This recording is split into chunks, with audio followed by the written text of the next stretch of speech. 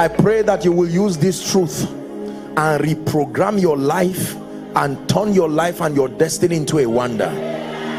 Please let me have your attention for a few minutes. We're going to pray. Genesis 8:22. Please look up. The Bible says that when the earth was judged with flood. Flood is one of the elements of the supernatural, it's water. And then the animals came and Noah offered, it was a sacrifice. Please look up.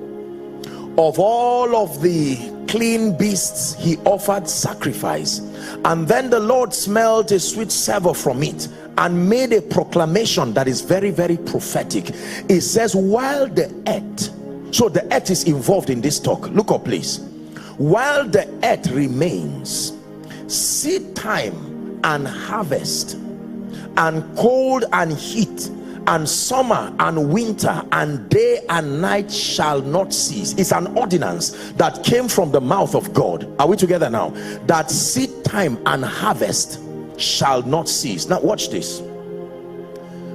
The principle of what in the body of it's been known for many years and not many people have understood it is called the principle of seed faith. Listen very carefully, please listen.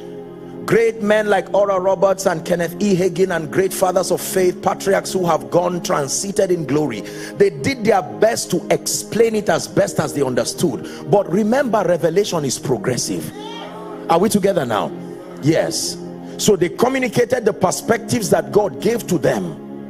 But one of the advantage of the apostolic and the prophetic ministry is that you are given illumination by the Spirit to see, and then you are granted the grace that can make all men see. Ephesians 3 is a grace that makes men see. Not just men hear, men see. Insight, illumination, understanding. Now please look up. The principle of seed faith, please look up. You're about to learn something that will change your life forever. The principle of seed faith is the only principle that is able to mimic what Jesus did. Jesus said, verily, verily, I say unto you, he said, except a corn of wheat falls to the ground and dies, it abides alone. Are we Bible students? And that means that the principle of resurrection is such that the seed dies, not that the seed enters the ground. Entering the ground is not death. Death, therefore, is not the cessation of life. It is the gateway into another realm. We call it the listen, you have to understand this. That means the door that leads to life is called death.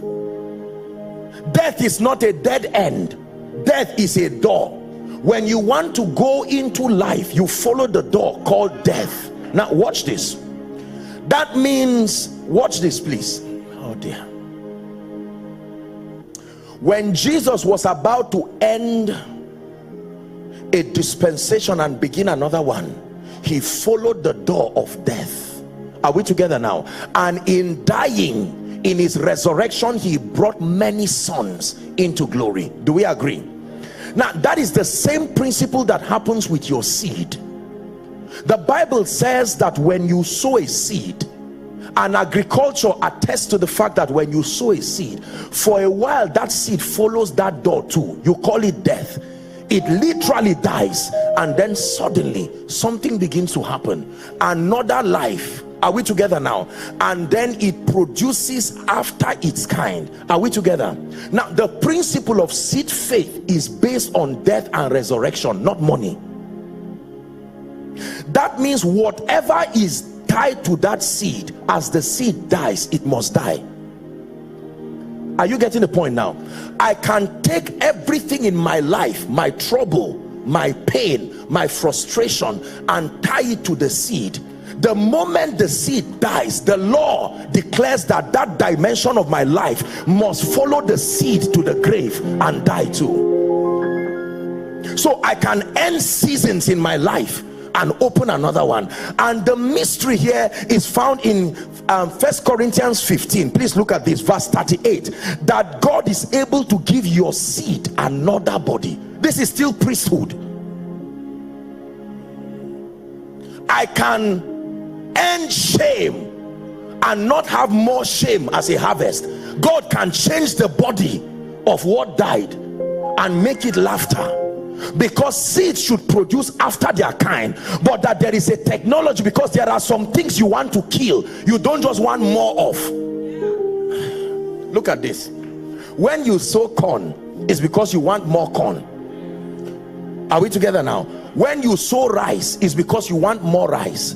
But there are times in the technology of God, there are times you sow certain things to kill them, not because you want more of them, and so that your faith can reconvert that manifestation, so that it is not what died that comes out as the harvest. God is able to give your seed another body. That means I can sow shame, I can sow delay, and tie it to a seed and bury it. As that seed dies, my shame too dies, my delay dies. Now I'm not going to get more delay as a harvest, I may get speed. God can reprogram that delay, and what will come as a harvest is speed. This is priesthood. We can use seeds with understanding to end seasons and open others. But God giveth it a body as it had pleased him, and to every seed its own body. I can sow in tears and not reap more tears. I can reap joy. It looks like a deviation of the law, because every seed gives birth after its kind. If I sow shame, I should reap more shame. But you can sow it because you want to kill it. Listen, there are things in your life that need to come to an end, and I'm telling you, just saying it must come to an end is not enough. He programmed the earth as a system of advantage for you, that you can carry a seed with understanding, not manipulation, with understanding, and begin to list the seasons that must come to an end. If the old earth and the old heaven can pass away, then everything in your life can also pass away. So you can end seasons. Lord, I do not experience favor in my life, I move forward but by struggle. That scenario is like an old heaven and an old earth. You can tie it to a seed. That's why I said it somewhere, and let me say it here.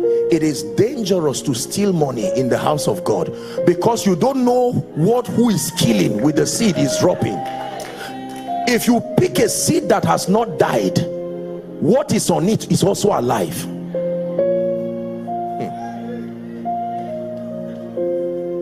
It's true.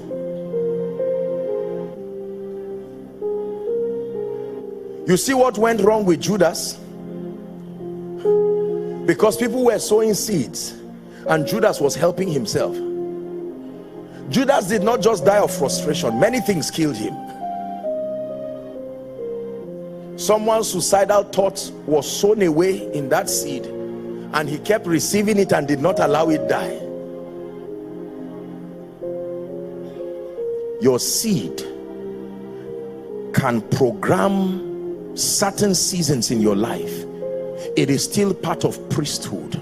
Now the challenge is that, because most seeds come as money, and so most people think that it is just a church manipulation to extract seeds from people. Now, respectfully speaking, I know that here and there sometimes people do not approach this subject of seed with integrity and all of that, but that does not mean that the principle is not true.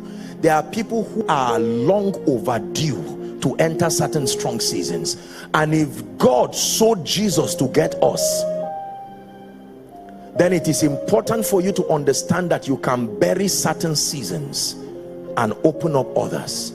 And there are times that God can give speed. Please hear what I'm telling you.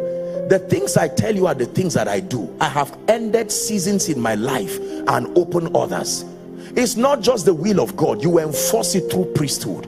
Remember that priesthood is about sacrifice, the sacrifice of spiritual legislation in prayer, the sacrifice of warfare in prayer, and drum your spiritual climate using the power and the technology of the seed. It is true, and it works, that you can choose to say Lagos is a place of abundance and blessings, and God is a God of portions. That means there is a portion allocated for me, Rehoboth. There is a space that has been given to me. but it is refusing to come. And so you can call forth all of the lack, the limitation, and tie them to a seed. As that seed dies, you start rejoicing because you are looking forth for the harvest. It works wonders